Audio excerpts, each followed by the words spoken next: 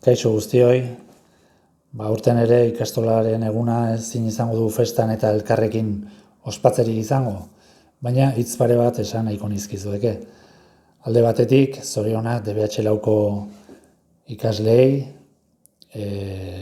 haurtzaroko ibilbide hau gainditu duzuelako, eta behar bada merezi duzuen bezala ospatzerik ez duzue, baina seguru nago etorkizunean gauza asko ospatzeko aukera izango duzuela. Ate handi bat irekitzen da orain zuen aurrean, eta bakarrik opa dizuet zoriontsu bizitzeko aukera izatea. Eta haurtzaron jaso duzuen guztiak eta haurtzaron bizi izandako guztiak horretarako balio izatea. Eta bestaldetik zorionak komunitate guztiari. Aurtengo erronka nagusia zen aurrez aurreko klasea bermatzea. Eta hori lortu duzue.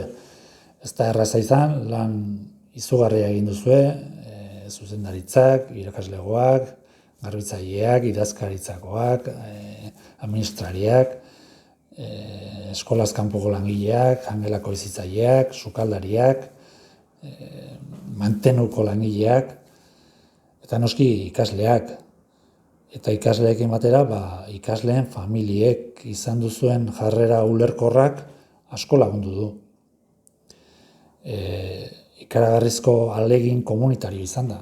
Eta hori da haurtzaro ikastolaren ezaugarri eta oinarritako bat.